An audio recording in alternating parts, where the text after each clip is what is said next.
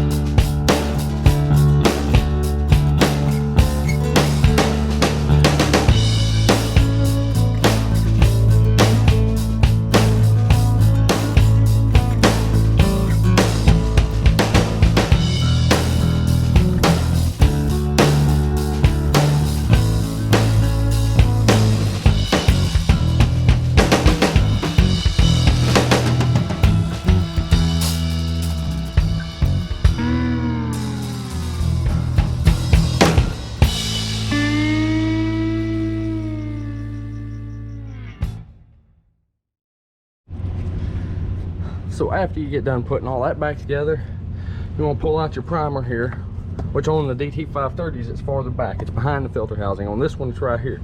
And then just prime it until it gets tight. So since this is an HPOP system, you always want to check your oil, because your oil pressure is actually what runs your injection. So after all that's done, you got it primed, you hit your master switch and you try to start it. Now it is going to be a little hard to start because it hasn't run in a while. It doesn't have any oil pressure on the HPOP itself, so it will take a minute. Just bear with it.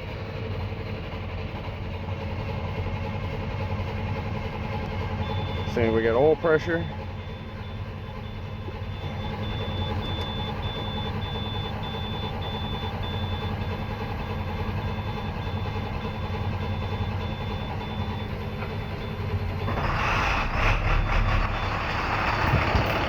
Then you want to get out and check for leaks. If anything's leaking, then shut it back down and try it. But she does run. Which it does not look like I have any leaks. All that's just residual from when I pulled the fuel lines off. And that is how you make a DT466 run with an injection pump.